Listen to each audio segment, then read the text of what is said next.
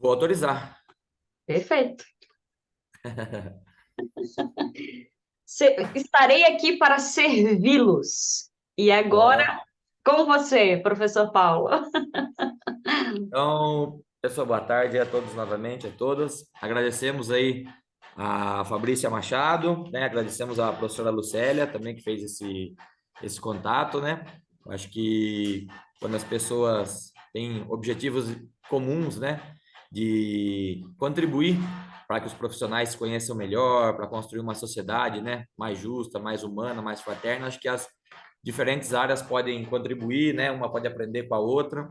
Eu acho que o objetivo disso hoje para a gente é a partir né, desse contato com a professora Lucélia, a partir do contato com a Fabrícia, a gente ter essa perspectiva, né, de conhecer um pouco como essa percepção se dá, né, em outros profissionais, como eles podem contribuir com a gente, quais são os olhares que, às vezes, em uma área a gente não é capaz, né, de estar visualizando, de estar internalizando e entendendo. Então, outras áreas podem contribuir para que algumas relações, né, nessa relação docente-discente, professor-aluno, possam ser de alguma maneira potencializadas, né, e o lado ruim, o lado difícil delas possam de alguma maneira também ser atenuadas, harmonizadas, né, de alguma maneira que essa relação seja mais proveitosa e menos conflituosa, né, que é o que infelizmente a gente acaba vendo mais. Então agradeço, né, em nome da escola Teodora, em nome da Carol, da direção, em nome aqui da nossa formação, a Fabrícia pela disponibilidade, desde o início, sempre muito animada em contribuir, né, sempre muito disposta,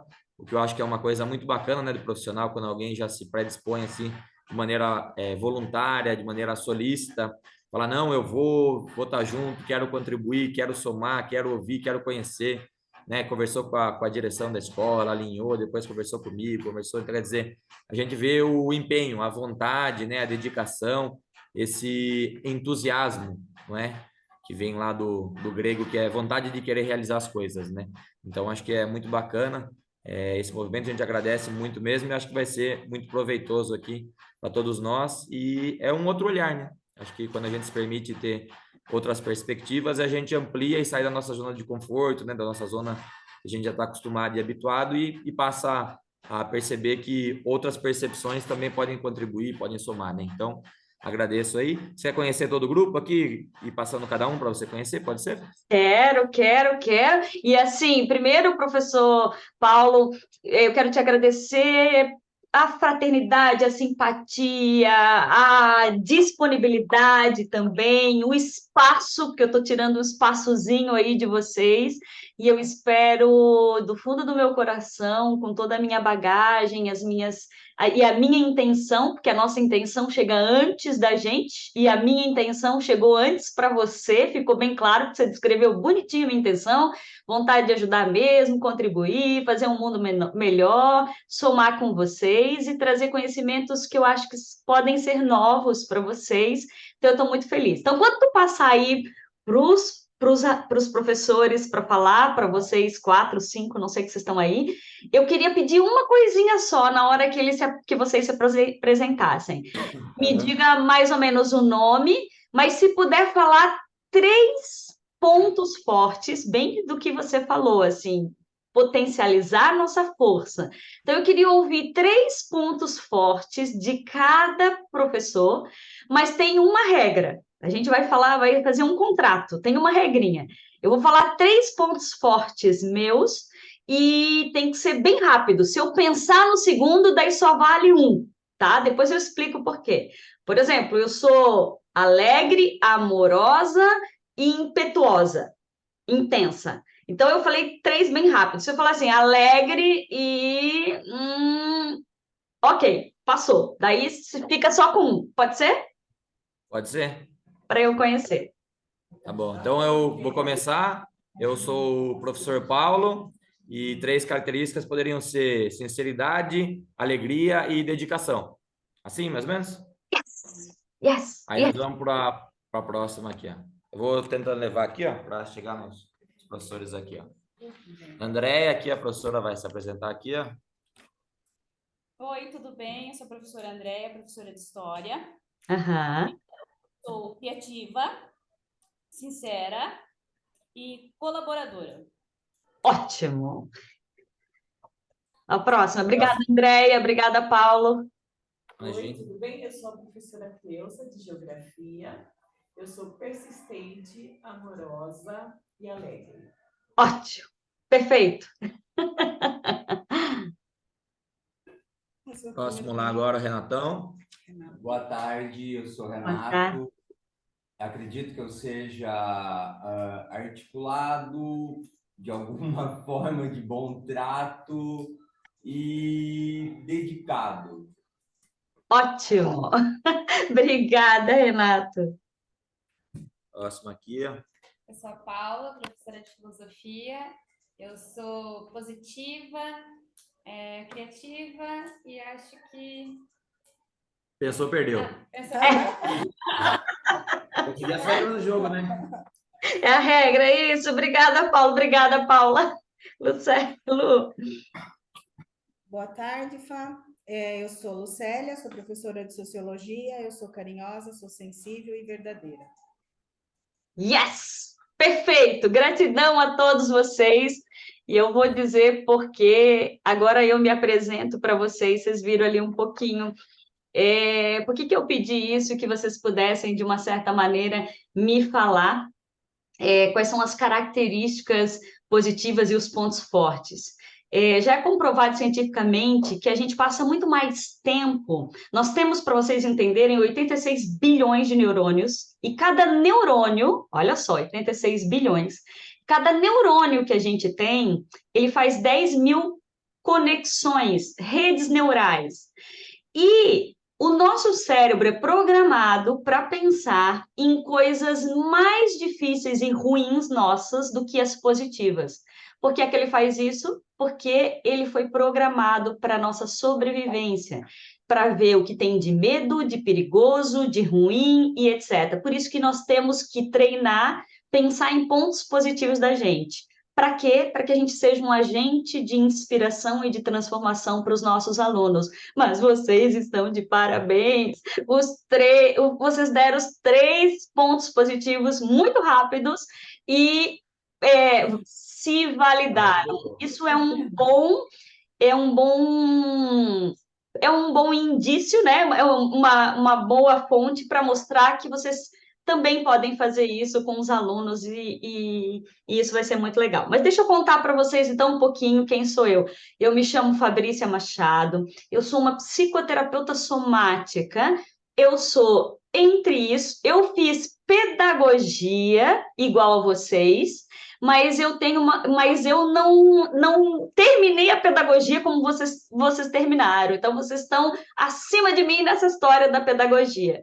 Mas durante todo o meu processo, eu mudei para psicoterapia somática, fiz muitas formações em educação somática, no mundo da psicologia mesmo, e tive consultório por 7 anos, mas eu sou empresária há 23 anos, casada com esse moço há 25, que está aqui, que estava aqui do meu lado, que é o Márcio Schultz, e hoje nós somos palestrantes, fundadores da Associação Brasileira de Eneagrama, temos uma empresa que formamos professores de Eneagrama e também damos aula. Então, e principalmente hoje eu dou mentoria para grandes executivos, sou mentora, e também dou algumas palestras sobre saúde mental, inteligência emocional, autoconhecimento, e sempre no mundo do Eneagrama. Mas o que eu mais escuto são líderes, igual a vocês. O que eu mais escuto são pessoas que influenciam outras pessoas, tanto as suas dores e as suas dificuldades, mas principalmente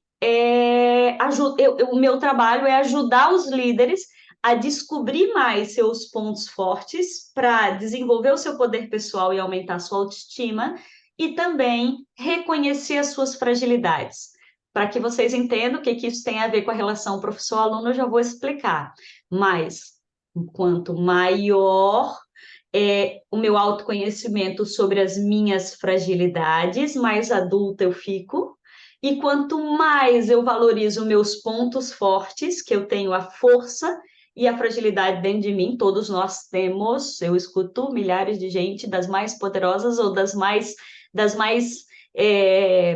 pessoas mais simples, né, que de uma certa maneira têm uma rotina mais e todo mundo tem coisas boas e todo mundo tem coisas a melhorar nessa vida, e acho que a gente veio aqui para fazer isso. Bom, então, o meu mundo é psicoterapeuta somática, ou seja, tudo aquilo que a gente não dá conta, somatização, vocês já ouviram falar, que a gente não dá conta no nosso mental, as nossas emoções não conseguem se organizar e automaticamente a gente adoece. O que é muito comum hoje, excesso de medo, gera muito pânico, que vocês devem ver isso dentro de sala de aula, excesso de raiva pode gerar gastrite, excesso de...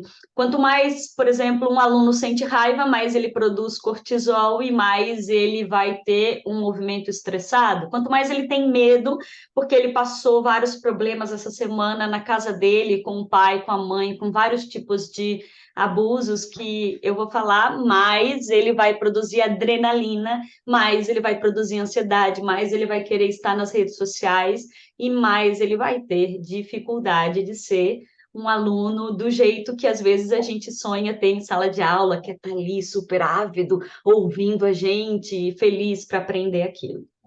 Então, isso era para apresentar. Antes que eu comece a falar aí para vocês, né, para apresentar o trabalho, eu queria perguntar uma coisa. Eu preparei uns slides. Eu só sei que eu tenho só 50 minutos, uma horinha aí até acho que 2h15. Vocês preferem que... vocês podem me interromper a hora que vocês quiserem, ou anotar as perguntas para falar no final. Eu adoraria ser mentora no final, se vocês quiserem 10 minutos para fazer perguntas, e eu sou super acostumada a fazer isso em grandes grupos, então vocês podem fazer isso. Se quiserem me interromper também, eu posso parar para falar, ou vocês me perguntam no final. E outra coisa, se vocês preferem que eu fale mais aqui, apresente menos os slides, vocês me dão um toque, tá bom? Mas eu vou mostrar e apresentar. Bom, estamos... Acordo feito, contrato feito, vocês podem me interromper, ok? Ok? Vocês têm... Uma outra coisa que eu sugiro é que vocês experimentem. Não acreditem em nada que eu fale, experimentem, né? Quando eu digo que tem, ou pesquisem, 86 bilhões de neurônios, e a gente tem 10 mil conexões em cada neurônio, então a gente tem trilhões de conexões no nosso cérebro, e se a gente pensa pontos positivos da gente, a gente vai ser um melhor professor. E se a gente pensa muitas coisas negativas sobre a gente vai perdendo o nosso poder pessoal, a nossa autoestima, e daí a gente deixa de inspirar pessoas e elas dominam, principalmente em sala de aula, elas acabam dominando o nosso espaço. Bom, então, eu vou começar com uma coisa falando para vocês. Já me apresentei para vocês, aí que vocês viram. Eu vou começar com isso aqui. O que depende a relação professor-aluno? Escute o que eu vou falar para vocês. A relação professor-aluno, para que seja boa, agradável, deliciosa, para que seja uma relação de autorrealização, para que eu me identifique assim, do tipo, puxa, eu sou professor, eu gosto muito do que eu faço, eu tenho a turma que eu sempre sonhei, as coisas estão bem para mim, para que ela seja positiva, boa, do jeito que vocês sonharam lá no começo, quando desejaram ser professor, ela precisa primeiro ser boa para você. Quanto mais você for feliz sendo professor, quanto mais você se autorrealizar, quanto mais você bancar o seu jeito de ser, as suas 3 competências, as suas coisas positivas, e reconhecer a sua fragilidade, coisa ruim de ser professor, que tu tem coisa ruim e tu tem coisa boa. Desculpa pelo tu, que eu sou manezinha e sou de Florianópolis, né? Eu tô aqui em Florianópolis. Então, quanto mais você reconhecer isso e você validar quem você é, mais vai ser gostoso para você.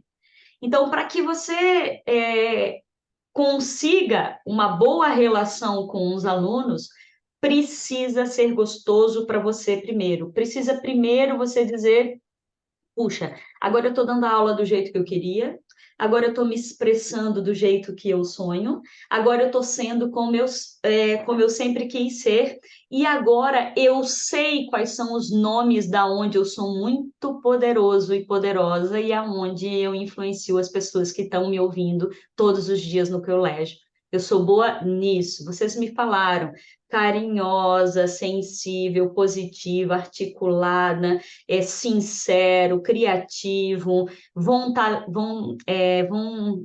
que tem muita vontade, voluntariosos. Vocês falaram isso, vocês disseram coisas, esses são o toque de Midas de vocês. E quando você sabe que você é poderoso nisso, você tem força, você consegue influenciar pessoas, você consegue ter a autorrealização que você queria. Vai dar certo sempre? Não. Tem gente que não vai gostar e vai detestar o seu jeito por ser assim? Sim, várias pessoas. Mas quando você enxerga aquilo que você tem de bom, mas você também sabe, eu não falei para vocês as suas chatices, eu falei para vocês que eu sou amorosa, e é verdade, que eu sou alegre, é verdade, eu sou bastante alegre, e eu sou impetuosa, eu sou intensa, também é verdade. O mesmo ímpeto que a força que me fez vencer na vida, conseguir as coisas que eu gostaria, às vezes ela é a minha fragilidade, às vezes eu cobro demais, às vezes eu sou intensa demais e dá medo. Carinhosa, a minha mesma força por ser amorosa, ela às vezes é uma fragilidade, porque eu acabo sendo amorosa demais com outra pessoa e acabo criando dependência dos outros. E a alegria, vou mudar o dedo, a alegria, a minha mesma alegria. Então, assim, eu tenho forças, mas eu também tenho fragilidades. Eu sou cobrona, eu sou exigente comigo e às vezes com os outros, eu sou crítica, eu estou sempre querendo algo mais e às vezes não percebo o meu limite porque eu quero dar conta de mais coisas que eu estou dando conta. Eu também tenho fragilidades. E eu preciso saber onde eu sou frágil ou fraca, porque senão a vida vai me dar testes o tempo inteiro, mas eu preciso saber aonde eu sou forte. E eu sou poderosa como professora, como esposa, como mãe dos meus cachorrinhos. Aliás, os dois estão sonhando aqui do meu lado, tá? Porque eu não tenho filhos, sou casada há 25 anos. E é disso que eu quero falar. Tem que ser bom para o professor. E só vai ser bom para você a relação com os teus alunos, primeiro, se você olhar para si e dizer assim, sou bom nisso. Sou muito ruim nisso. Porque quando aquele aluno disser assim, ó, mas a professora prolixa demais, você vai dizer assim, sou mesmo. Mas a professora gosta mais do fulano, daí você vai dizer assim, ninguém é perfeito, a minha ideia é gostar de todos, mas às vezes é difícil. Porque muitas vezes quando a gente é acusado, alguém diz alguma coisa pra gente, dói, e daí o nosso ego se defende. E quando o ego se defende, a gente busca todas as nossas dores lá da infância, que a gente queria ser alguém, e eu vou falar isso para vocês mais adiante, e daí a gente fica achando que o problema é a escola, que o problema são os alunos de hoje, que o problema é tudo isso. Então, primeiro, tem que ser bom para você. Como que a gente faz para ser bom para você? Você precisa fazer só um questionamento, escrever sobre isso. Depois eu passo meus slides para vocês, mas vocês podem anotar também. Se vocês são alunos que nem eu, que gosta de escrever para depois lembrar, que é uma segunda inteligência, ajuda mais. Qual é o teu propósito de ser professor? Olha só, quando eu era pequena, eu pensava, eu dizia assim, eu quero ser professora, tá lá na frente estudando. Eu fiz pedagogia e não terminei a pedagogia, apesar de que eu gostava pra caramba, mas eu sou professora, eu sou psicoterapeuta, mas eu dou palestras em empresas, eu sou professora de forma diferente. Porque quando eu acabei sendo professora, e o que te motivou? Então, é muito importante que você pense agora isso aqui, ó. Qual é a tua visão, missão e valores? Pessoal.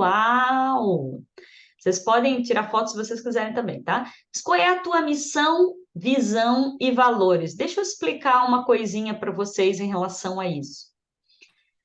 Visão é onde você quer chegar e quando. Onde é que você quer chegar sendo professor? Bom, eu quero ser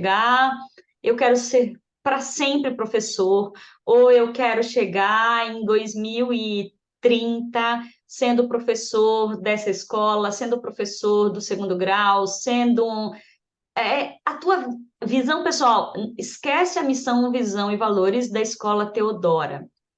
Depois você vai alinhar para saber. Então, visão é onde você quer chegar e quando. Você quer chegar e quando, tá? Então, a minha visão, ó, quando eu fui vice-presidente da Associação Brasileira de Enneagrama, minha visão era levar o Enneagrama para todas as escolas públicas para ensinar os professores a entender de personalidade e saber e entender dos alunos e etc. Essa era a minha visão, eu queria levar para todas do Brasil. Eu tive que renegociar, porque eu pensava em mudar o Brasil. Depois eu vim fazer essas coisas mais sociais aqui em Santa Catarina, e depois eu tive que diminuir um pouquinho e fazer em algumas escolas aqui, em instituições sociais onde abrigam crianças de maus tratos e etc. Mas qual é a tua visão? Você precisa saber, claro, onde é que você vai. Qual é a tua missão? Por exemplo, a minha missão é reunir grupos, inspirar pessoas e levar principalmente para elas alegria, automotivação para que elas possam querer ser uma melhor pessoa. Qual é a sua missão como professor? Qual é a sua missão de vida? Puxa, vocês falaram 3 características. Talvez, né, a do Paulo seja trazer mais seriedade para as pessoas, mais sinceridade, mais foco, né? Talvez a do Renato seja trazer mais essa criatividade e para as pessoas, a da Lu seja ser mais sensível, trazer uma visão mais amorosa, da Andréia também, da Paula e assim por diante. Então, qual é a tua missão? Qual é o teu toque de Midas? O que que você toca nas pessoas quando você chega perto delas? Como que elas saem depois de você? As pessoas que vocês convivem, os alunos, isso faz parte da nossa missão. E às vezes a nossa missão é só ser mãe, às vezes a nossa missão é só ser um ponto de referência para aqueles alunos que estão em sala de aula e que estão vindo de uma casa estrupiada, cheia de desorganização emocional, cheia de desvalorização em casa, e ele vem e o professor é um ponto de força e de empoderamento para ele. E quais são os seus valores? Valor é aquilo que nos norteia. Valor, então, o meu valor é verdade, sinceridade, o meu valor é integridade, o que eu penso, o que eu sinto, o que eu faço tem que ser íntegro, não pode ser, tipo, se eu sou uma professora e eu penso de um jeito, né? E faço de outro, por exemplo, se eu digo que tudo que a gente faz volta para a gente, ou se eu digo que a gente tem que ter retidão e eu estaciono meu carro no colégio em algum lugar inadequado, onde tem outras coisas, eu não tenho integridade. O que eu estou pensando, o que eu estou sentindo, o que eu estou falando são desconexos. Então, você precisa se questionar, sai hoje. Quando você for embora, assim, qual é a minha visão? Para onde eu quero ir de verdade? Puxa, mas para onde eu quero ir não tem a ver com isso que eu estou fazendo. Sonha, olha, lembra quando tu era pequenininho que tu queria. Qual é a tua missão? Porque lembra que a gente tem 86 bilhões de neurônios. Nós temos, olha muita informação para vocês, que é sério, é de um neurocientista chamado Dr. Joe Dispenza. Nós temos 60 a 70 mil pensamentos por dia. 60 a 70 mil pensamentos por dia. 90% dos pensamentos que a gente tem são decorrentes do dia anterior. Ou seja, nós temos neuroplasticidade no cérebro. Se ontem eu pensava assim, não, a minha missão é toda hora ir lá, dar aula, pegar o meu dinheiro no final do mês, pagar as contas da minha família, todo mês e tal, eu vou sempre pensar assim. Por quê? Porque 90% do dia anterior é esse. Então, se eu começo a me questionar que a minha visão pode ser maior, a minha missão pode ser maior, mais autorrealizável, vai me deixar mais feliz, meus valores podem ser maior, né? Mais do que aquilo que eu imagino. Quer fazer uma coisa bem legal para te descobrir quais são os teus valores? e a tua missão, faça perguntas para os teus alunos. Gostaria de saber o que eu passo para você. Eu gostaria de saber qual é a minha missão. Ontem eu fiz uma entrevista de emprego que eu estou contratando uma pessoa para substituir dentro da minha empresa um outro cargo que eu atuo, e ela disse, poxa, eu olhei teu Instagram, e ela começou falando qual era a percepção que ela tinha minha. E eu pensei assim, uau, não era isso que eu pensava que estava passando. E ela falou que pensava que, puxa, eu era amorosa, que eu queria isso, e eu estava tentando passar uma outra informação nos vídeos que eu tinha feito. E passou a terapeuta para ela, que eu sou psicoterapeuta, então passou isso. Então, pergunta para os teus alunos quais são as 3 características que ele admira quando ele vê você, pergunta para uma meia dúzia que você quer, pergunta para as pessoas que estão junto contigo, pergunta para as pessoas o que elas veem de positivo quando elas te veem. Vai te ajudar a perceber, às vezes, aquilo que está aqui, ó, e que a gente não enxerga da gente. Bom, por que eu falei missão, visão e valores e o que eu tinha dito para vocês? Hoje, o que isso tem a ver com a relação professor-aluno, né? E para fechar esse primeiro episódio da nossa fala, que tem a ver com os pontos fortes. Quando eu reconheço meus pontos fortes, eu tenho mais facilidade em me autorrealizar e eu vou ter domínio e relacionamento com os meus alunos de forma totalmente diferente. Como é que eu faço para reconhecer os meus pontos fortes? Fabrícia ou Fá? Vocês podem me chamar de Fá, que é o que a Lucélia me chama, a Lu, né? Então, como é que eu faço para reconhecer? Eu vou disponibilizar para vocês, se vocês quiserem, tanto um grupo do WhatsApp, se vocês quiserem perguntar para mim, e só entra quem quiser, e eu vou disponibilizar um teste gratuito, não tenho nenhum interesse em vender nada para vocês, só dar informações bem adequadas, e eu vou disponibilizar um teste sobre competências emocionais. Esse aí é o meu maridão, acho que vocês não estão vendo ele porque tem lá os quadradinhos lá em cima, mas esse aí é o Márcio Schultz, e esse aqui é um dos eneagramas que ele criou, que é o eneagrama das competências emocionais. Todos nós temos 3 a 4 competências, tá? Uma é a principal, que vem desde a nossa infância, da nossa personalidade. Esse teste que eu vou dar para vocês vai vir um relatório de 3 principais competências de vocês. Então, por exemplo, eu tenho uma competência principal, que é o sentimento de capacidade. Então, eu tenho esse sentimento de capacidade, eu tenho essa vontade de ajudar, eu tenho ímpeto, que tem a ver com uma outra competência emocional, e eu tenho adequação. Então, por exemplo, eu estou dando aula para vocês, eu mudei toda a minha palestra para me adequar para professores. Quando eu estava, semana passada, numa indústria com 1000 pessoas, que eu estava com os diretores e os gerentes, eu me adequei de outra maneira. Então, são 3 competências minhas que passam isso nas pessoas. Vocês vão identificar. Acontece que, quando o ímpeto é demais, vira luxúria, que é muito comando e etc. Mando, passa por cima. Sentimento de capacidade demais vira orgulho. Adequação demais, vaidade. Vocês vão ver tudo isso lá no teste que eu vou disponibilizar para vocês. Fechado? Legal? Vocês vão ver esse teste, no finalzinho eu vou dar para vocês. Bom, então, passamos aqui. Agora nós vamos falar de uma coisa bem importante, que é, eu vou me colocar no lugar de vocês e falar de umas coisas que significam os principais desafios de um professor na atualidade hoje. Quais são os principais desafios de um professor na atualidade? Deixa eu tirar isso aqui antes de eu falar isso. Acho que vocês vão... No colégio de vocês, alunos podem usar telefone em sala de aula? Pode. Pode, tá. Uhum. Existe agora uma lei, alguns dos estados são proibidos, pelo que eu saiba, né? Mas, assim, quais são os principais desafios? Se você fizer uma pesquisa e vai ouvir qual é o principal desafio de um professor dentro de sala de aula. E o principal que aparece nas pesquisas da Organização Mundial da Saúde, aparece em alguns colégios, tem a ver com o maior uso excessivo de telas. Um parênteses, eu não concordo com isso. concordo que isso atrapalha, mas para vocês entenderem, o Brasil é um dos principais, se eu não me engano, é o primeiro ou o segundo no pódio dos países com maior índice de ansiedade e depressão no mundo.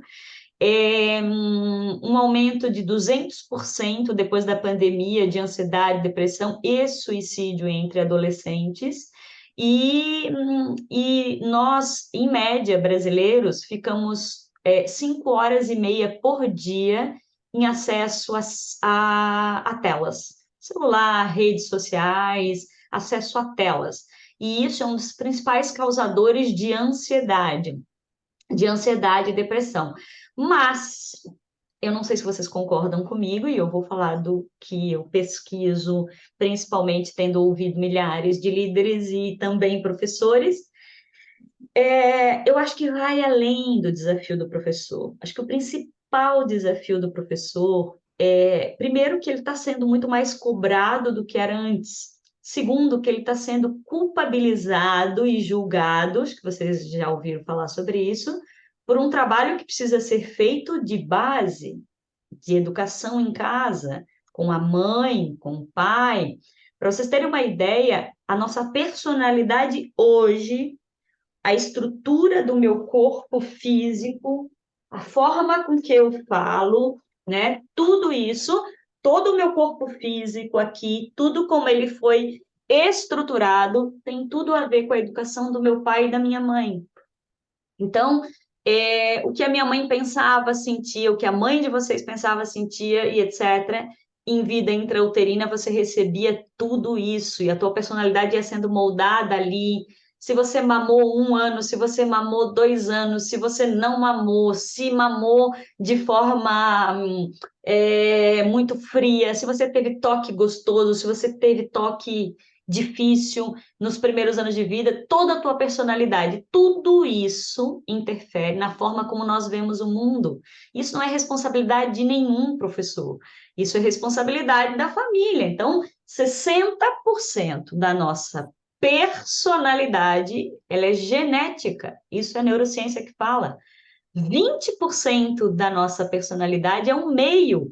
Então, genética vem primeiro da personalidade, 20% é o meu irmão, a minha irmã, o meu irmão mais velho, mais novo, interfere, eu sou o primeiro, eu sou o último, o meu pai, o meu padrasto, o meu isso, o meu aquilo, a minha mãe, o colégio, a creche que eu estou, meus amiguinhos, os meus professores, é 20%, o meio é 20%. E 20% da nossa personalidade é a vontade. Então, é uma sacanagem quando a gente diz assim, muda, cara, vai lá e muda. Muda, menina. Você tem que mudar o jeito que você é. Como é que você vai 20 contra 80? 60 tu já vem de nascença com a tua estrutura corporal, uma parte. 20% é o meio e 20% é a nossa vontade. E, como vocês sabem, as famílias estão muito... Gente, a gente dá curso em mais... Santa Catarina, eu acho que tem uns 3 estados que a gente não foi, mas a gente dá curso em várias regiões. Dependendo da região, o negócio é mais delicado ainda, quando a gente vai para o Nordeste, vocês estão em São Paulo.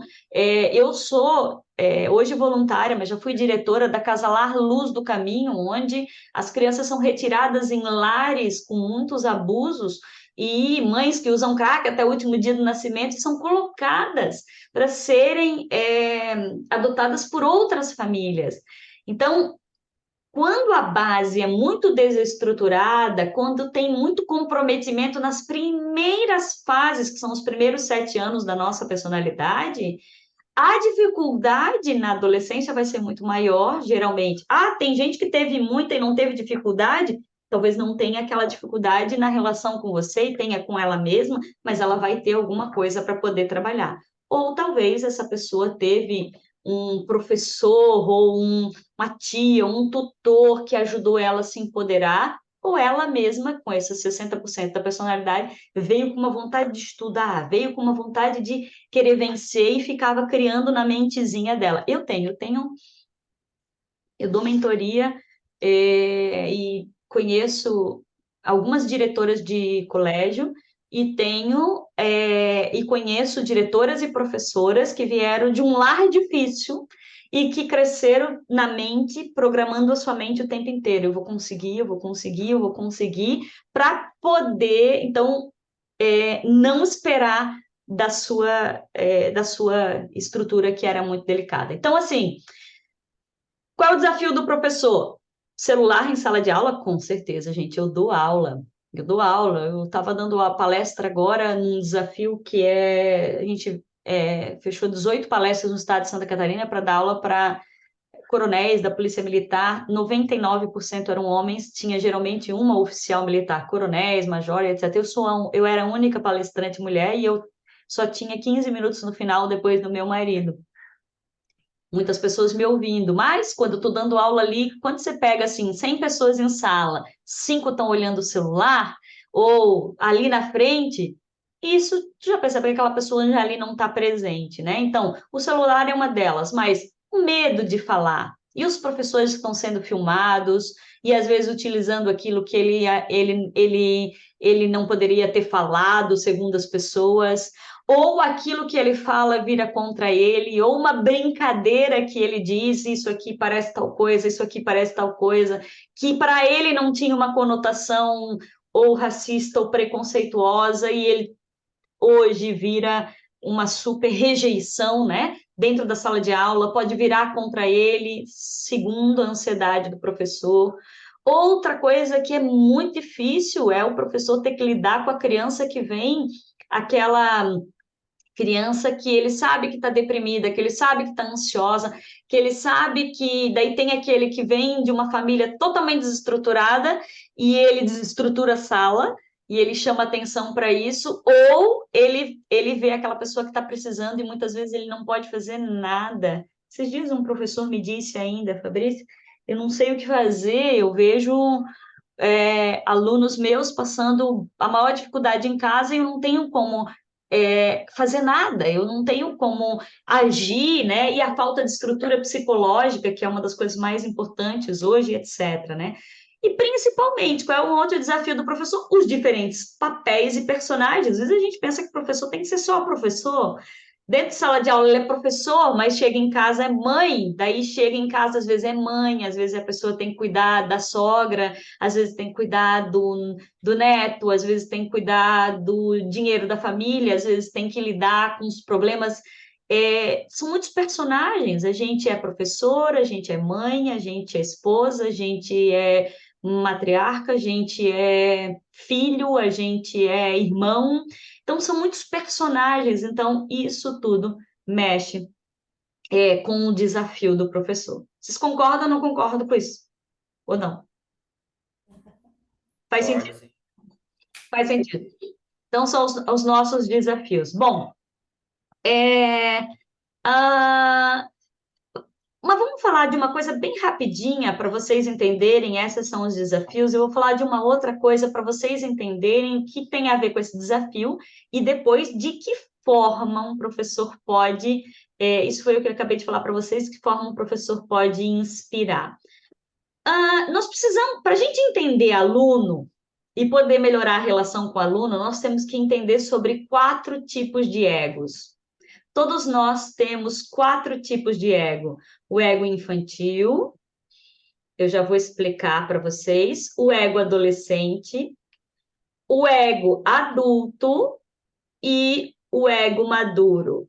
Vamos lá, vamos voltar para o ego infantil e rapidamente, que eu tenho 20 minutos com vocês, né? Vamos lá. Todos nós tivemos uma infância, ponto.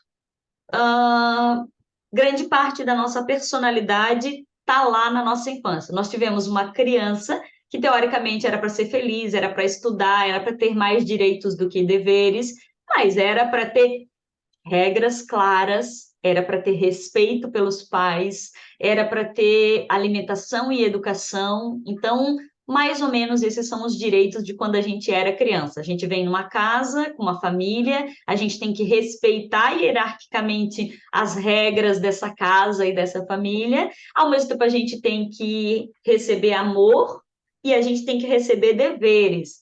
Esse seria um mundo ideal, de um mundo cor-de-rosa, um mundo perfeito, assim. Acontece que quando a gente nasce na nossa casa, geralmente as regras não são muito claras e às vezes são bagunçadas, né? Ou às vezes não tem regra nenhuma. E às vezes a gente recebe um amor de um jeito, mas a gente queria de outro. Ou seja, a gente olha para a mãe e para o pai e vê assim, para o meu irmão mais novo, ela dá tudo, olha tudo e faz tudo. Para mim, eu não ganho nada. Ah, para minha irmã mais velha, ela tem mais parabéns porque ela venceu primeiro, fez isso. Para mim, eu não tenho nada. Esses são os olhares. A gente entende que a gente foi amado, geralmente não pelo que o pai e a mãe disse pra gente. A gente entende como a gente ficava olhando como eles nos validavam ou não. Ego infantil, então todos nós temos 4 tipos de ego, todos os alunos também. Às vezes a gente vibra mais num e mais no outro. Então, para entender, ego infantil faz o quê? Ego infantil, não criança feliz. Ego infantil pede, manipula, reclama, se faz de vítima, se acha que está sempre faltando alguma coisa, está sempre às vezes faz jogos para poder ser aceito pelo professor. Às vezes a gente, como professor, também tem o ego infantil. Ego infantil. Ego infantil está sempre na falta, está sempre querendo mais, né? É aquela criança que está sempre na manipulação para querer alguma coisa. Lembre-se, gente, quando eu sou um aluno e eu quero demais a atenção do meu professor, ou reclamo da aula dele, ou estou sempre criticando o meu colega, ou estou reclamando de alguma... Estou sempre na manipulação, etc. Quando eu estou nesse estágio, eu sou um aluno adolescente que vibra demais no ego infantil. Significa que eu tenho, quanto maior o ego infantil, maior o comprometimento na infância. Maior foram os problemas na educação até os 7 primeiros anos de idade. Mas o professor também pode ter esse ego infantil quando, né, a gente também, sei lá, reclama o tempo inteiro da turma, reclama o tempo inteiro do processo e assim por diante. Só uma coisa para vocês entenderem: a única relação desequilibrada é quando um dá mais que o outro. Funciona é a relação de pai para filho e mãe para filho. Os nossos pais ficaram acordados quando a gente ficava doente, os nossos pais deram de comer para a gente, ou quem cuidou da gente, quem criou a gente, né? Então, assim, pai e mãe sempre deram a vida, ponto. Só isso a gente não tem como pagar. Deram comida, deram sonhos, ou pais adotivos, ou pais biológicos. Então, essa relação foi muito importante porque nos fez chegar até aqui. As relações de trocas, para não serem infantis, elas precisam ser equilibradas. Ou seja, eu sou o professor e eu vou dar 50 minutos de aula, nem mais nem menos, e esses 50 minutos de aula vão ser tantas horas, e a minha regra é essa, e vocês são os alunos e precisam estar presentes. Se a regra pode usar celular, ok. Se a regra não pode usar celular, é não ok. Mas eu quero que o outro colégio, mas a regra desse colégio não é. Então, precisa ser equilibrada. Quem quer desequilibrar e quer regra extra para si, está vibrando no ego infantil. Mas o ego infantil geralmente é desde vida intrauterina até mais ou menos 7, 10 anos de idade. Quando chega 10 até mais ou menos 18 anos de idade, nós entramos no ego adolescente. Vocês dão aula, pelo que eu entendi, para alunos de mais ou menos adolescência aí, né? São os adolescentes. Então, o que o adolescente faz e o que o adolescente quer assim que ele se descobre adolescente? Adolescente geralmente é rebelde por causa dos hormônios ou por causa da educação. Adolescente começa a desafiar os pais, Se ele desafia muito o pai em casa, ele vai desafiar o professor, porque ele desafia a autoridade. O pai e a mãe é a autoridade em casa, são autoridades em casa. E na escola, o professor e a professora é a autoridade. Se eu bato de frente com meu pai porque eu tô cheio de mágoas de um monte de coisa da infância, eu vou bater de frente com o professor também. Eu vou bater braço. Por quê?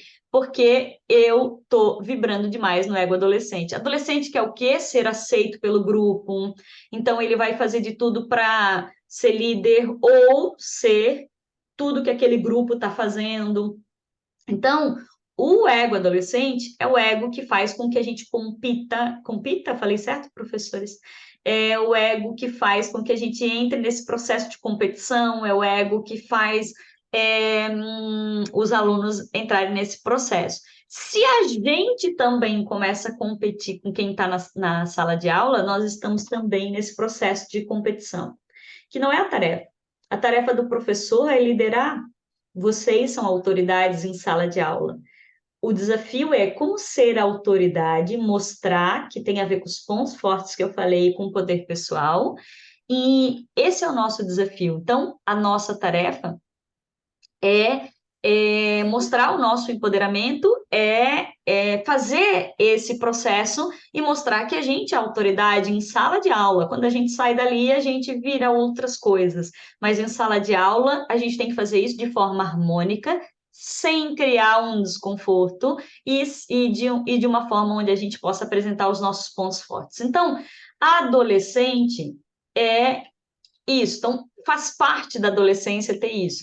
Como é que faz com que o adolescente pare de bater de frente com o professor? Se você aumentar sua autoestima, recuperar seu poder pessoal e deixar isso aparecer em sala de aula, o adolescente vai querer seguir você. Às vezes, porque é nesse momento que ele não consegue, é que a gente a gente não gosta do que o pai e a mãe falavam, a gente começa, o pai era o herói, a mãe era a heroína, e na adolescência a gente começa assim, bah, quanta besteira que eles estão falando. Aí depois, quando a gente fica na minha idade, 50 anos, eu digo, meu Deus, por que eu não escutei minha mãe? Minha mãe é maravilhosa. É assim que a gente faz. Faz parte dessas fases, né? Hoje eu valido a minha mãe e nem dou bola para todas as críticas que ela ainda faz ou fazia comigo. Mas na adolescência eu batia de frente. E às vezes assim, puxa, mas eu não batia, eu aceitava tudo que o pai falava, mas batia internamente, mas se sentia menos com algumas coisas. A gente faz isso. Então, o ego adolescente. Depois, mais ou menos, quando a gente chega com 17, 18, 19 anos, a gente entra no ego adulto. O que que adulto quer? Adulto quer casar, quer ter dinheiro, quer comprar carro, quer comprar casa, quer alugar casa, quer fazer a vida, quer fazer família, quer fazer carreira, quer ter filho. Adulto quer realização. O adulto que está na realização, mas ainda não quer fazer isso, ainda quer que a mãe e o pai paguem conta, ainda quer que a mãe e o pai façam alguma coisa, ainda quer que o irmão faça alguma coisa, ele ainda está no ego infantil e ele ainda acha que quer colo.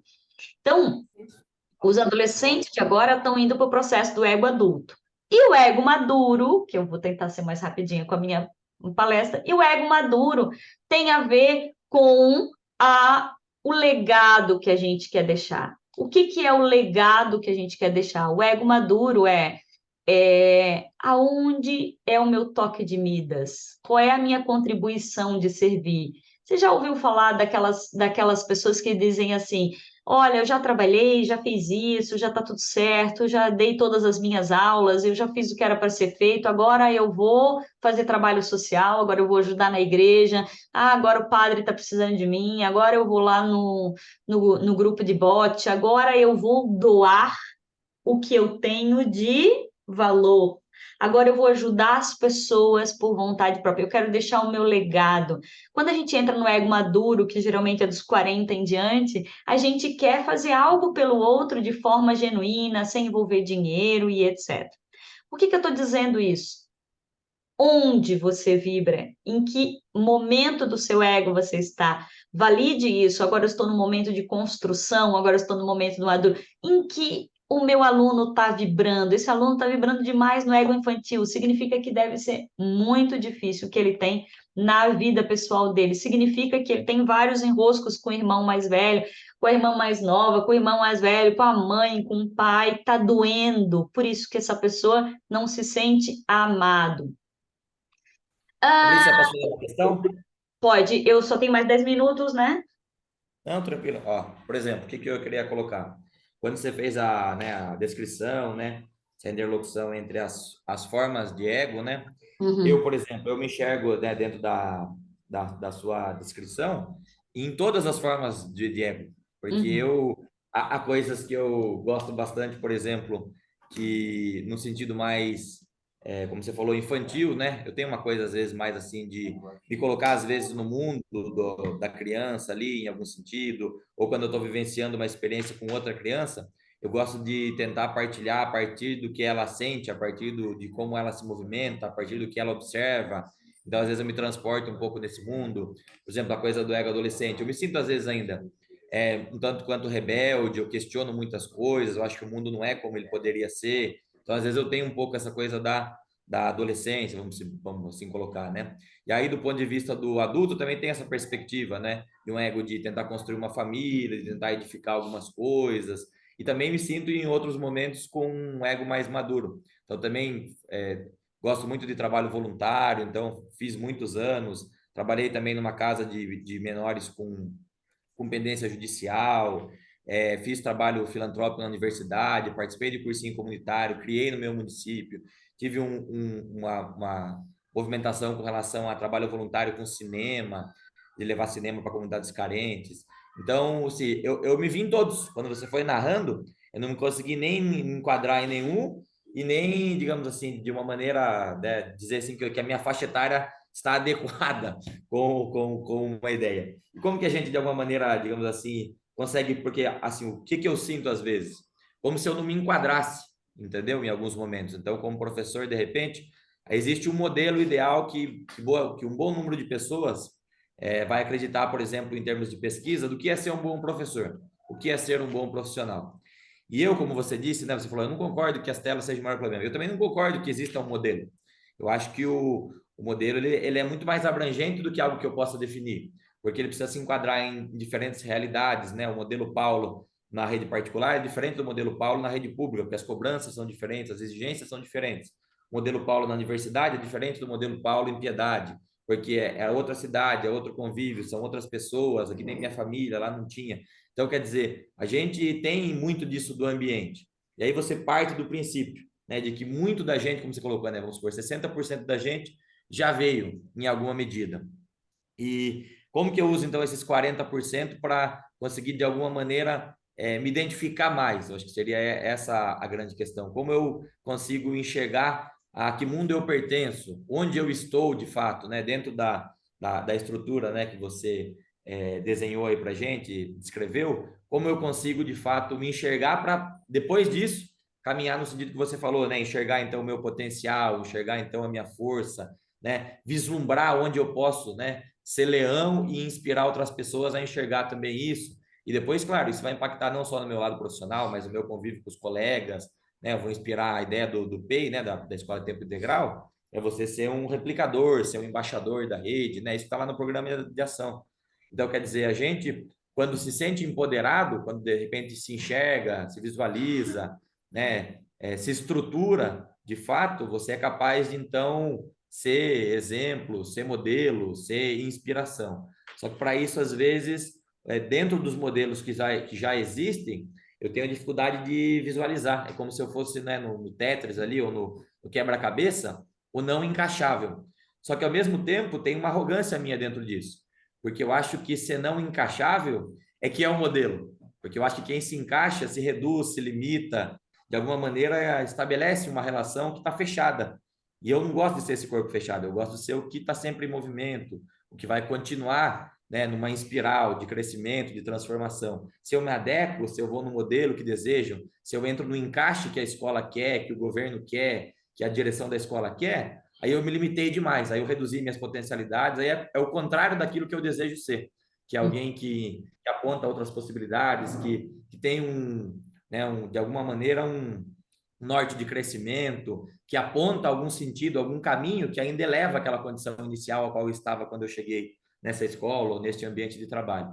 Então, você que tem muito mais experiência, muito mais bagagem, né, trabalha com isso de uma forma muito mais profunda, muito mais direta, com muito mais elementos, né, que possam contribuir. Como você enxerga assim essa dificuldade que às vezes não sei se outros colegas também têm, mas eu sempre tive uma dificuldade grande de me sentir enquadrado naquilo que os outros enxergam, que é o quadrado que a partir dos óculos e da vista deles é o quadrado do sucesso, é o quadrado do modelo, é o quadrado de como deve ser seguido. Então, quer dizer, o que é um modelo a ser seguido? Eu olho para alguns modelos e eles não me inspiram nada.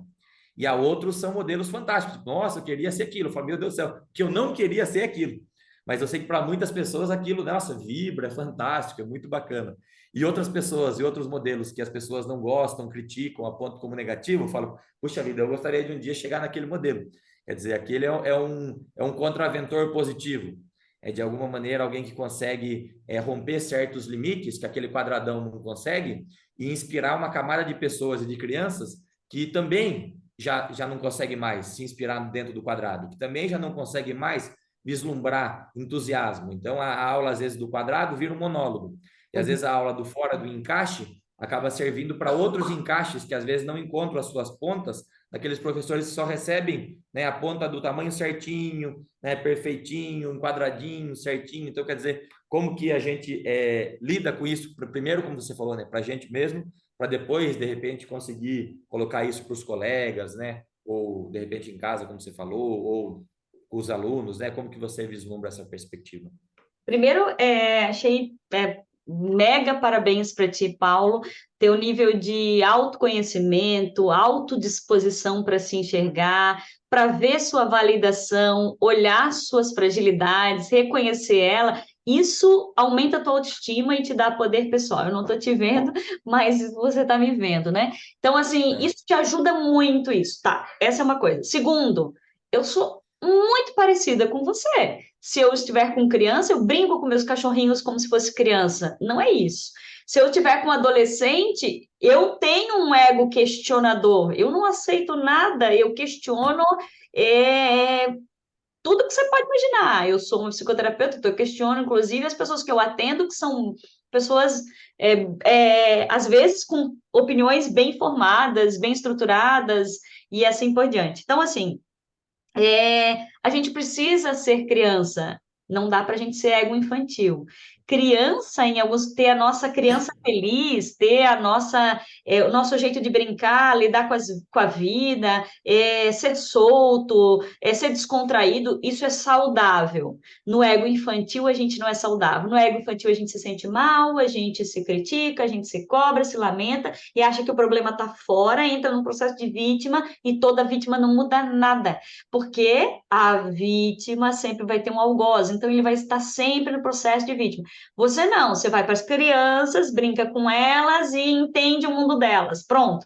Isso é saudável. Ficar no ego infantil é isso. Adolescente, como que não é bom ser questionador? É na adolescência que a gente começa a questionar tudo. Puxa, eu não acredito mais em Papai Noel, não é bem assim como minha mãe falou, meu pai também, isso aqui não é verdade. É importante questionar e encontrar o meu ponto de vista. Bater de frente, só bater de frente, criticar que o problema está na educação, nisso, naquilo, no governo, né? A gente está só batendo de frente e mantendo o nosso ego adolescente e não questionando e criando um projeto bacana, diferente, que se encaixe dentro das regras da nova educação, do professor, do colégio, e vira um projeto do ego adulto e, quiçá, vira um projeto do ego maduro, porque quando você vai lá no teu projeto social fazer algumas coisas, ele também funciona. Ficou claro?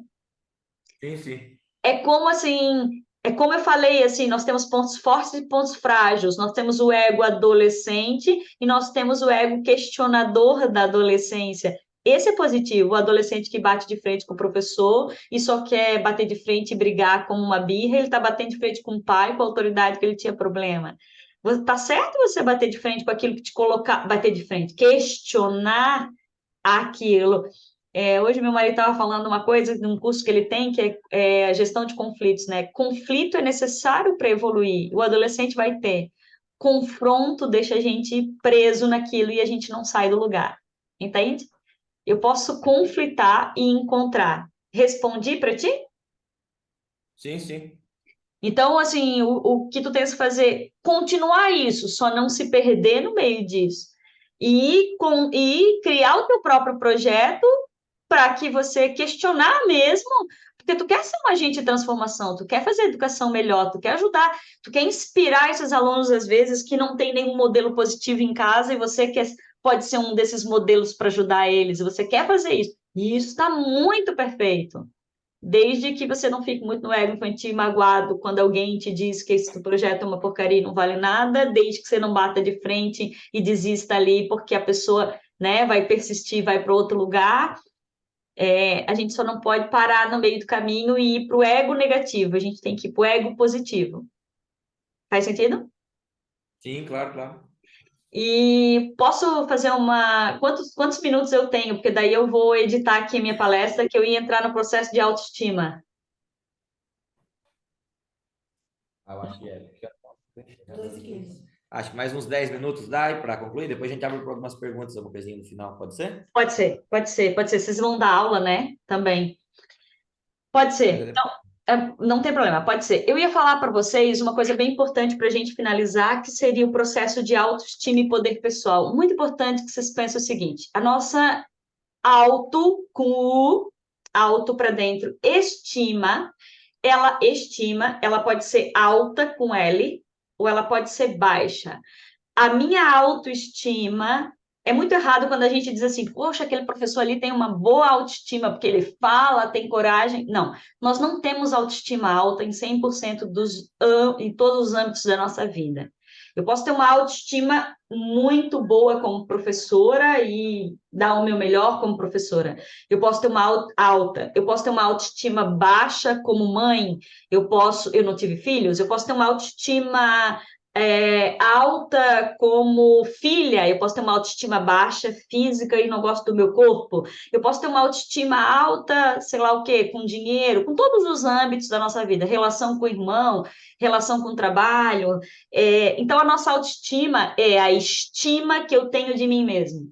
Não é o que a diretora pensa de mim, não é o que a minha mãe, que o meu marido, o que os outros pensam de mim podem ajudar na autoestima, mas não define a minha autoestima. O que eu penso de mim mesma é que vai definir se a minha estima de mim mesma é boa ou ela é mais ou menos. Então, a nossa autoestima começa a se desenvolver desde a vida intrauterina, na barriga da mãe da gente, e tem a ver com aquele 60% que eu falei, 20% é o meio, 20% é a nossa vontade. Existe 3 desempoderadores de autoestima e existe 3 empoderadores de autoestima. Deixa eu mostrar aqui para vocês bem rápido, eu vou passar bem rapidinho para vocês entenderem. A amamentação, a relação com a mãe. O primeiro ano de amamentação diz muito sobre a minha autoestima, como eu fui tocada, e é nesse momento que a gente está sendo nutrido pela vida. A gente ganha leite, que é nutrição, a gente fica olhando para a mãe, para nossa mãe ou para quem nos deu de mamar, e a gente fica recebendo essa energia de amor. Essa qualidade desses 9 meses, 3 ou 2, mas eu não mamei na teta e ganhei uma mamadeira. Ok, serve igual, mas a qualidade disso aqui tem muito a ver com a nossa estima e a nossa autoestima na vida adulta. Esse primeiro ano é muito importante para a nossa autoestima. Tá. Fabrícia, posso falar um negócio? Um Pode. amigo meu, terapeuta, ele disse uma vez, né? Quando eu nasci, a minha mãe, ela não conseguiu ter leite suficiente, né? Aí eu tive o que o pessoal chamava de ama de leite, né? Uma vizinha do meu bairro, né? Ela, até conheço, ela infelizmente faleceu, né? Mas a filha dela é minha amiga até hoje, a gente cresceu juntos, tem praticamente a mesma idade, né?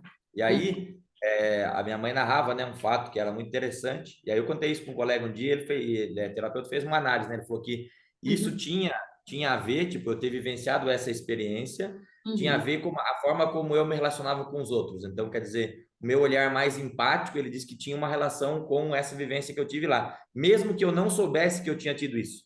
Não foi uma coisa que você internalizou ao saber disso. É uma coisa que estava dentro da sua personalidade. Então, bacana que tem a ver com isso que você falou, né? Interessante. Total, e assim, a tua fala é eu me importo com os outros. Você tem uma fala assim, a tua energia é eu me importo com os outros, eu tenho comprometimento, engajamento, amorosidade. Isso tem a ver com essa tetinha boa que você ganhou. Não ganhou a teta da mãe, mas ganhou a teta da ama de leite, que provavelmente deveria ser uma tetona amorosa e que te preenchia. Preencheu, desculpa falar desse jeito, mas funciona assim, mas preencheu na infância e que te dá uma força que tu não sabe de onde vem para as relações. E deixa eu explicar como funciona na neurociência para vocês entenderem como isso é forte, inclusive para os alunos de vocês. Nós temos um cérebro, ele tem 3 divisões, né? Reptiliano, que é responsável pelas ações, emocional límbico e o teórico, que é o neocórtex.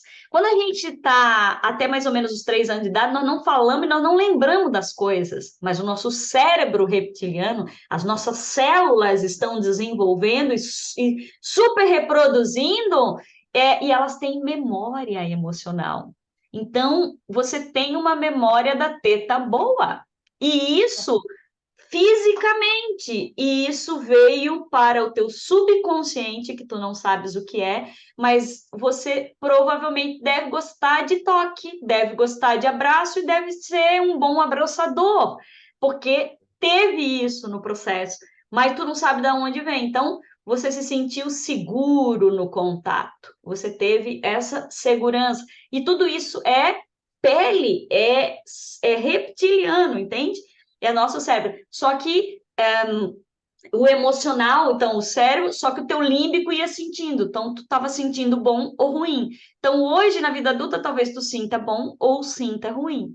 Entende? Pode ser que não seja. Eu, por exemplo, a minha mãe deu 3 meses de teta para mim, mas eu morava atrás da casa da minha tia, onde ela era mega amorosa e eu ganhava colo, beijo, e tinha 7 vizinhos, tudo solteiro, que adoravam me pegar no colo. Então, isso influencia pra caramba. E eu sou meio lamba. Eu digo que eu não beijo os outros, eu lambo os outros.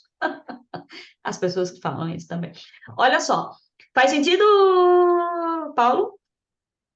Sim, sim, perfeito. Eu vejo isso aí. Eu sou bastante assim, de toque, de pegar nas pessoas, de abraçar as pessoas. Eu participava até do free hugs lá, do abraço grátis. Viu? Tem a ver com a teta da agradece. Eu tive as duas tetas, da minha mãe e a dela, então foi em dobro, né? Exatamente, exatamente. Bom, gente, falando sobre autoestima, nossa autoestima pode ser baixa ou ela pode ser alta, certo? Em alguns âmbitos da vida, vou tentar jogar bem rápido para vocês, alta e baixa.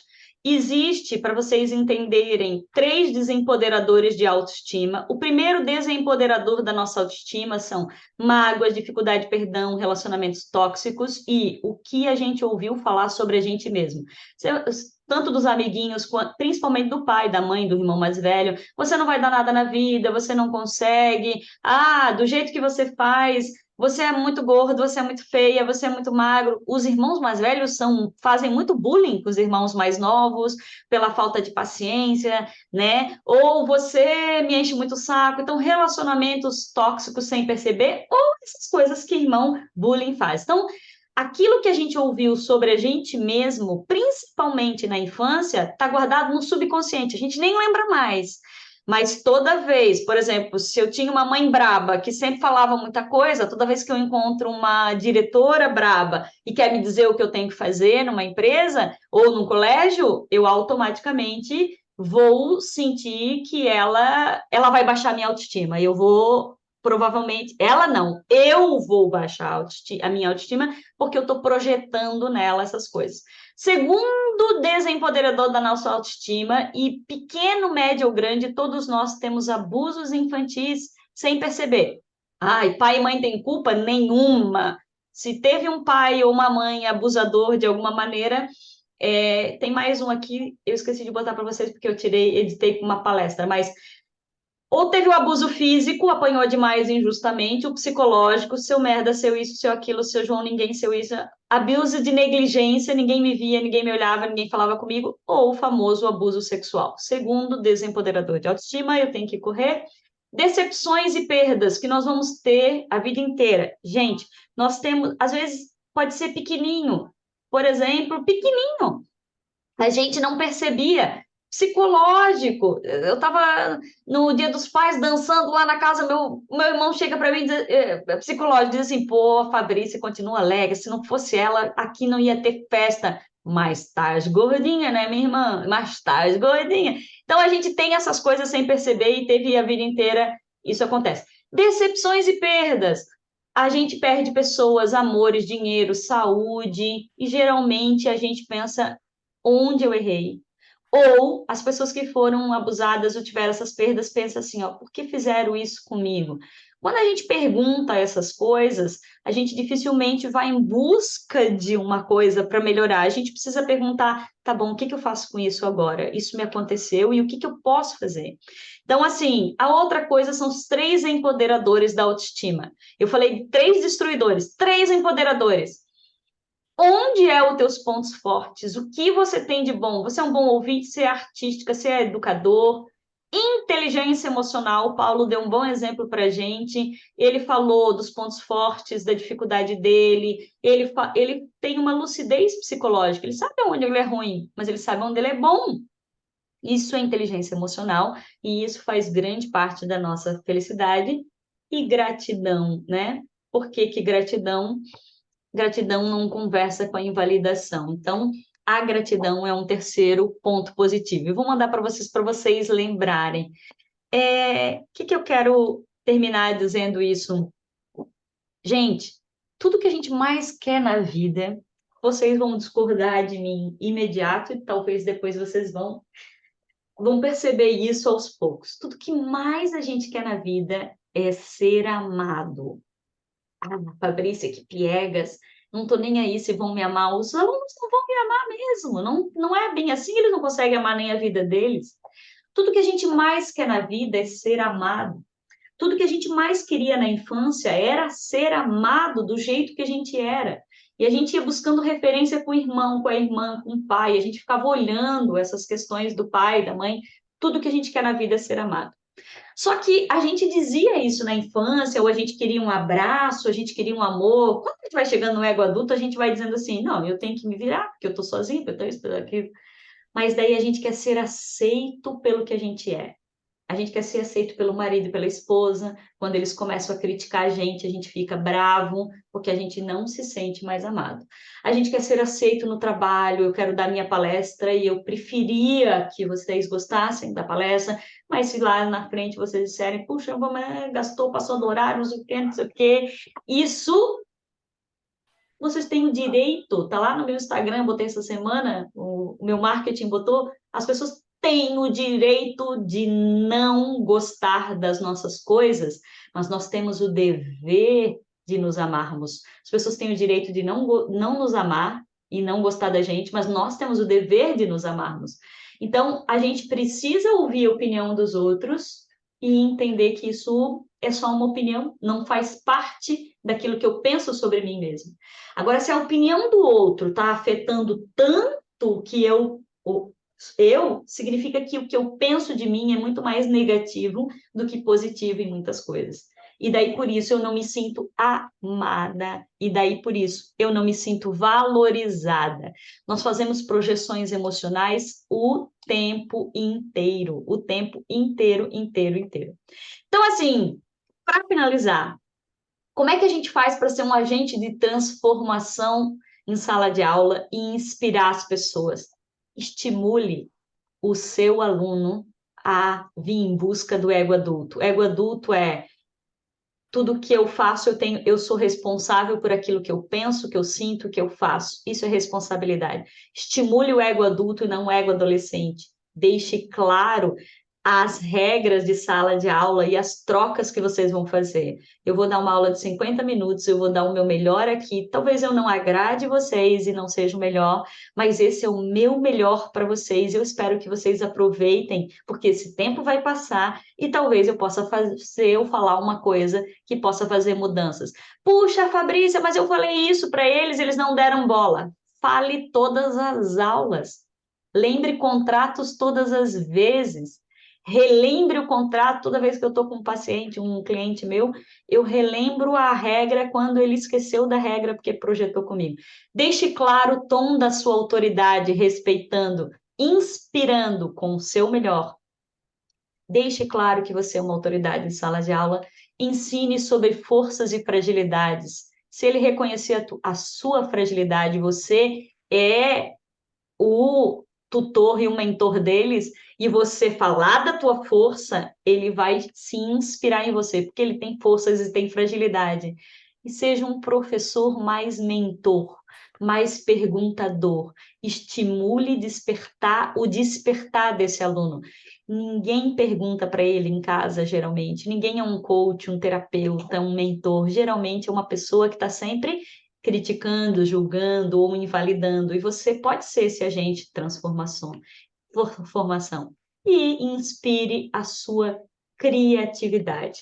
E por último, eu vou terminar falando para vocês, 50%, acreditem nisso, se acreditar só nisso, no que eu vou falar, nessas duas últimas coisas, já valeu a palestra. 50% da tua capacidade de ser feliz é genética. Veio felizinho, veio de vida em vidas passadas, vidas hereditárias, genético.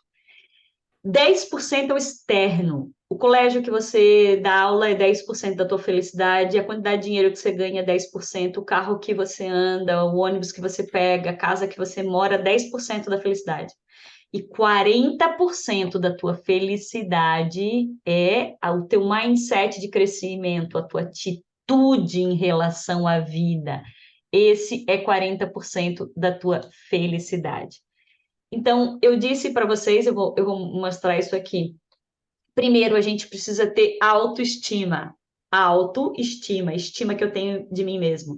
Eu vou saber onde ela é alta e onde ela é ruim, quais são os meus gaps e aonde os alunos ou meu marido ou a minha esposa vai me pegar pela culatra e ali eu vou baquear, porque ali ela é frágil, eu tenho que saber antes das pessoas me pegarem, porque senão eu vou ficar vulnerável. Mas aonde eu sou forte, aonde eu sou boa, quando eu entendo esses dois, eu adquiro um poder sobre mim que se chama poder pessoal.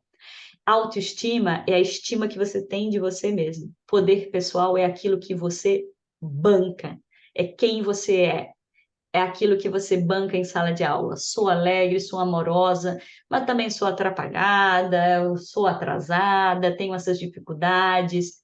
Essa sou eu, e é isso que eu tenho para te dar hoje. Gente, era isso que eu tinha para falar para vocês. Agora eu sou todo ouvidos. Espero que eu tenha tocado o coração de vocês em alguma coisinha.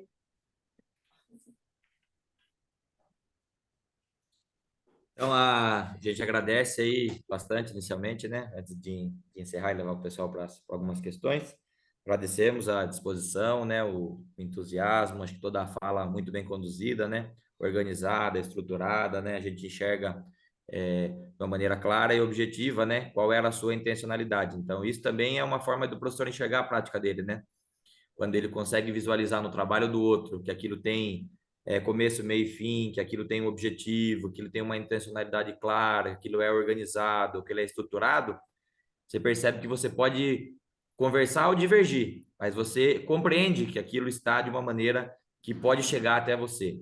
Então, acho que é uma coisa bacana também para nós, né, enquanto professores, às vezes, observar que quando a gente tem uma aula que é estruturada, organizada, quando as coisas acontecem, você pode ter divergência com relação àquilo, você pode talvez não estar no seu melhor momento com relação àquela aprendizagem, por outras questões, mas você enxerga que aquilo merece respeito, merece admiração, merece atenção, porque você vê sentido prático, objetivamente, né, na forma como aquilo foi colocado. Então, acho que isso também é bacana para a gente visualizar, né? A gente, além de tudo que você colocou, foi uma coisa que eu também, né, fui internalizando.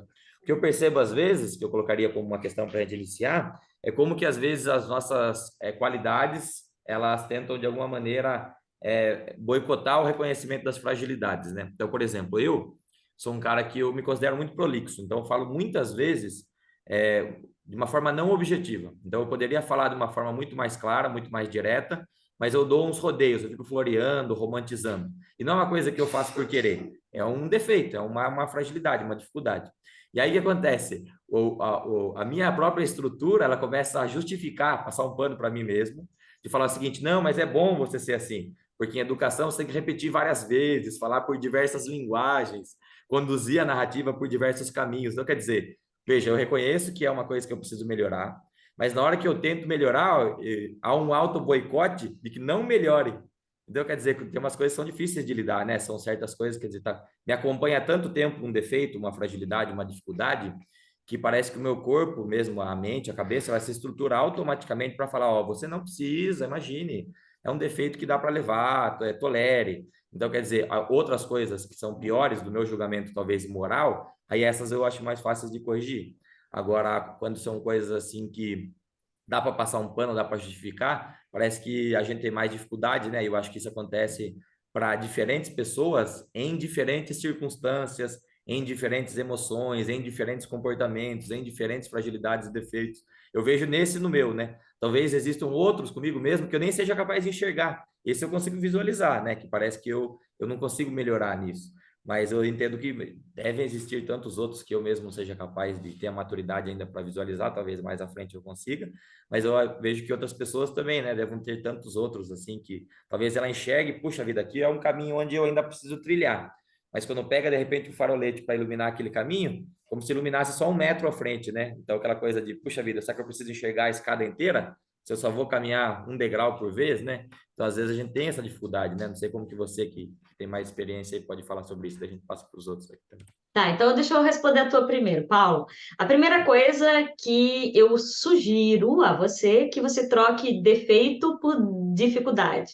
Quando você diz defeito, nosso ego se defende, e quando alguém disser assim, pô, tu tem um defeito, tu é muito prolixo, vai te doer.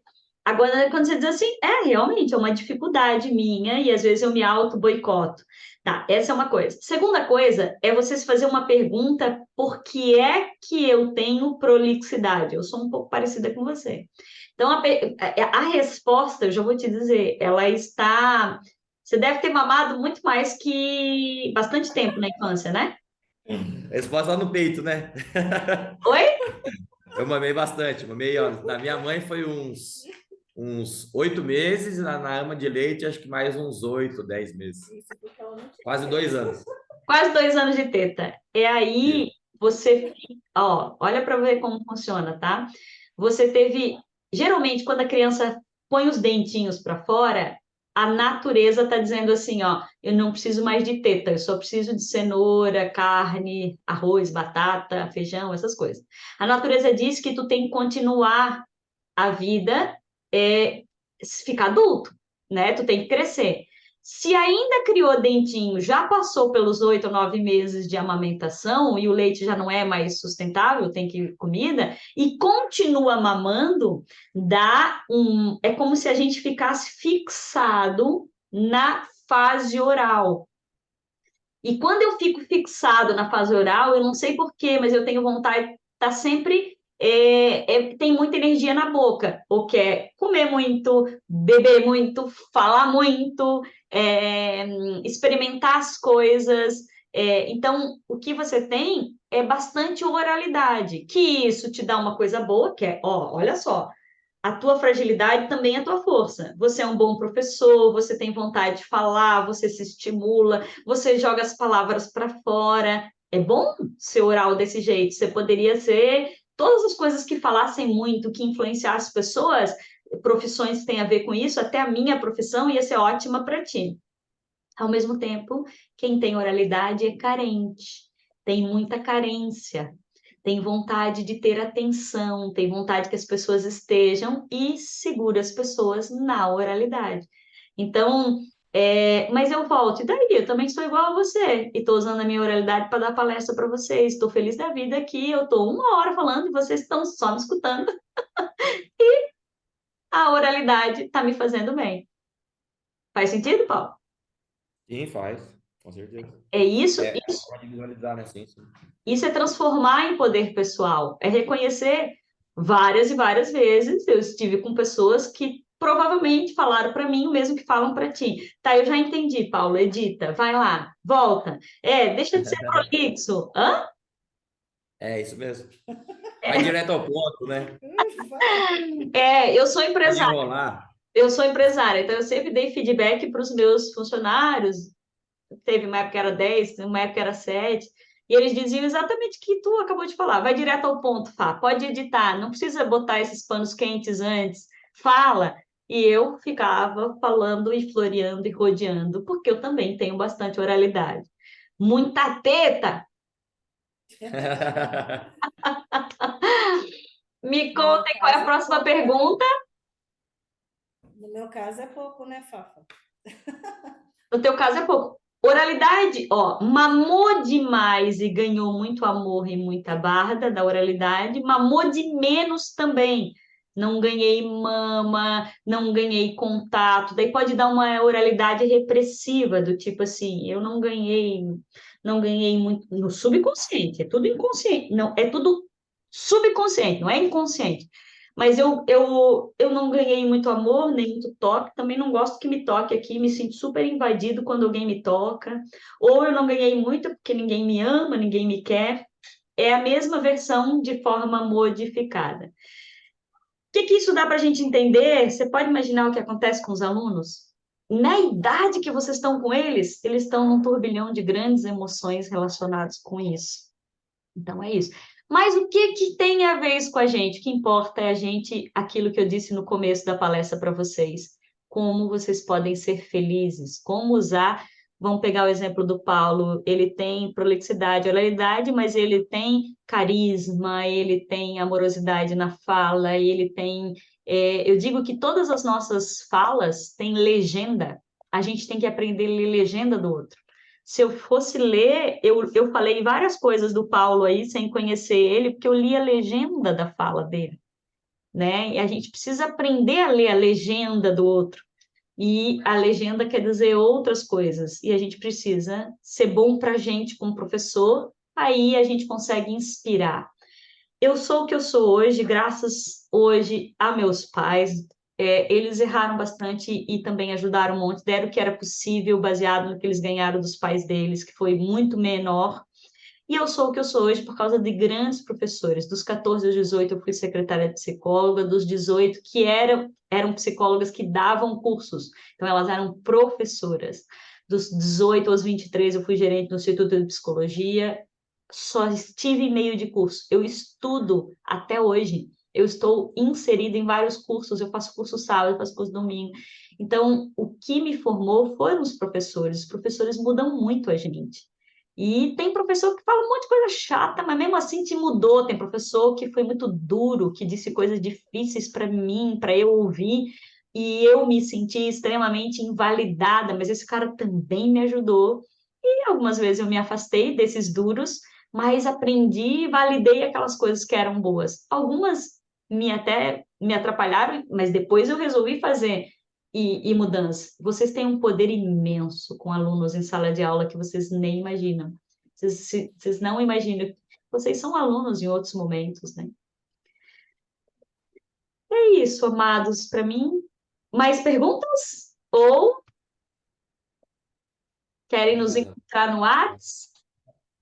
Ó, eu vou passar isso aqui, o QR Code, eu vou mandar lá para o Paulo manda para vocês o QR Code, eu vou mandar para vocês reverem os slides, voltarem no poder pessoal, na felicidade, os estímulos, vou passar tudo isso para vocês. Essa palestra está grandinha, lá na frente tem coisas de saúde mental, mas se não tem mais nenhuma pergunta e vocês precisam ir agora, se quiserem fazer mais alguma pergunta, eu estou disponível aqui agora. Lucélia vai fazer. Não, eu só quero agradecer pela sua disponibilidade, Fá. Obrigada aí pela força. E um beijo. E até a próxima. Amada, eu que te agradeço, eu fiquei bem feliz com o convite, me sinto honrada para falar para professores, professor para mim tem muito valor, até porque eu não me tornei pedagoga ainda. vocês, então tenho muito, como é que é? Faltei, gazeei aula lá. E, então, eu estou muito grata, querida, grata por ter lembrado, assim, e poder contribuir de verdade, assim, todo o meu coração. Agradeço de coração, Fá. Mas podem criticar, tá? Porque eu trabalho minha autoestima, pode criticar. A Creuza vai fazer uma crítica. A Creuza. Não, ele foi ótimo, gostei muito.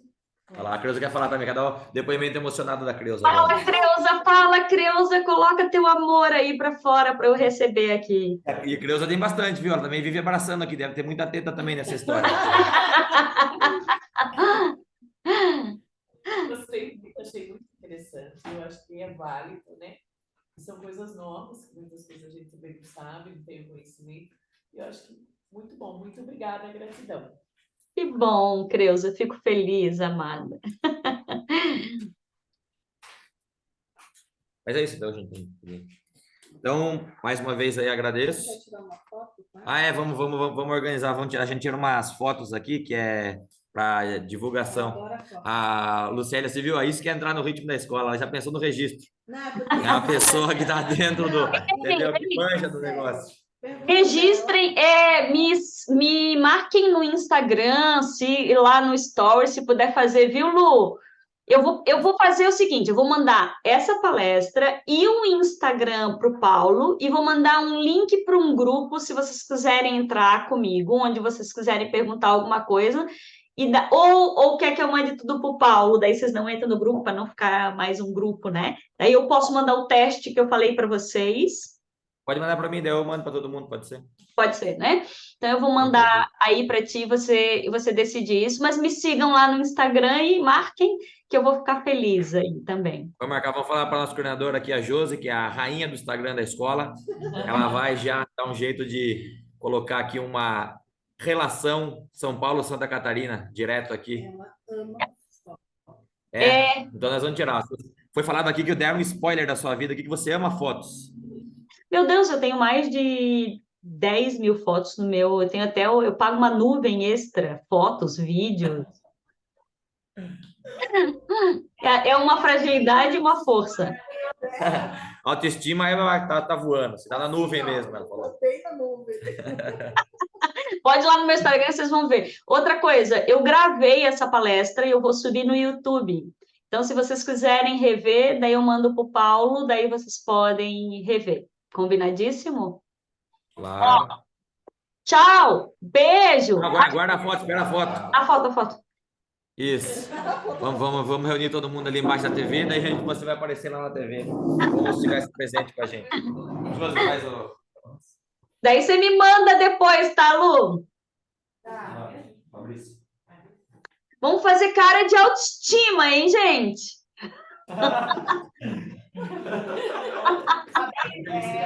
Fabrícia. Fabrícia. Ai, eu não sei se vai aparecer aí. Apareceu aí para você? Eu tô vendo, só não vejo o Paulo nem você, Paula. Não, é a Josi. Josi. Oi, Josi. Eu peguei um pedacinho só, mas você falou uma coisa muito importante, que eu não sei se eles associaram, mas na formação que a gente faz dos professores, a gente fala muito da identidade. Identidade do professor. E aí você vem com a sua palavra hoje e fala da característica, né? Então, se aquilo que eu tenho como característica não vai machucar e ferir o outro, mas faz parte da minha identidade, né? Eu vou trabalhar com ela sem problema nenhum. Ela vai ser útil para aquilo que eu sou útil ao meu aluno, né? Então, quando você vem falar isso, é muito legal, porque só corrobora com aquilo que a gente quer trabalhar na formação dos professores, que é a identidade deles, né? E deixá-lo cada vez melhores. Eu vou mandar um teste para vocês identificarem os pontos fortes de vocês e validar. E pode ter certeza. Se aparecer também, Vocês, não sei se vocês associaram, mas isso que ela falou extremamente importante. Com certeza. Agora, então, quero todo mundo assim, ó. Autoestima lá em cima. Autoestima lá em cima. Isso. Não queria pegar a mesa. Oi. Foi! Muito obrigada, gente. Muito obrigada. Um beijo para todos vocês. Paulo te manda foto. Tchau. Eu mando a foto lá e a gente marca lá nas redes. Combinadinho. Agora vocês vão com certeza, daqui para frente, olhar as tetas e a formação das tetas de forma diferente. Vou sonhar com tetas hoje. Delícia, delícia, Paulo. Valeu, beijão, Um tchau, tchau. beijo, Obrigadão. valeu, tchau.